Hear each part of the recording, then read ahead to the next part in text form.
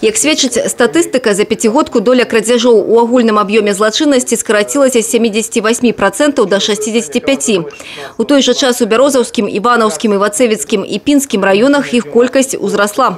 Кіраўнік вобласці таксама азначыў недастатковую эффектыўнасць профилактычнай работы і ў рэальным секторе экономики. Свидетельство тому результаты мероприятий в период уборочной кампании. Очевидно, что криминализация в данной сфере неразрывно связана с пьянством и незанятостью населения. Так, свыше 45% краж совершено неработающими, 23,5% лицами в состоянии алкогольного опьянения. Это говорит о том, что программа занятости, она выполняется не в полном объеме или где-то формально. Шляхам свободного доступу за 7 месяцев здзейснена 1366 крадзяжоў. Гэта больш за 60% ад усёй колькасці.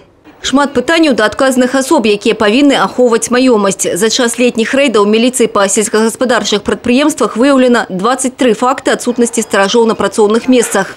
Яшчэ 13 на працы прысутнічалі, аднак у стане алкогольного опьянения. Только усиление контроля за работой сторожей со стороны руководителей и специалистов сельхозпредприятий может изменить негативную ситуацию. В качестве альтернативы существующей системы контроля мы предлагаем внедрить так называемую жетонную систему контроля персонала, которая положительно себя зарекомендовала в работе подразделений вневедомственной охраны. Данная система практически не требует никаких дополнительных материальных затрат.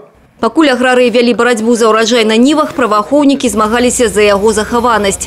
За час уборачнай праведзена больш за 4000 рэйдавых праверак. Складзена больш за 150 постанов об дробных крадзяжах. 6 уголовных дел было возбуждено по материалам сотрудников милиции. Государству было возвращено более 10 тонн зерна, более 5 тонн дизельного топлива, 1,5 тонн бензина, а также в том числе и соломы 17 тонн и 5 тонн комбикорма. Хотелось бы особо отметить и обратиться к жителям Брещины с просьбой не совершать необдуманных поступков, потому что за кражи и за мелкие хищения предусмотрена не только административная, но и уголовная ответственность.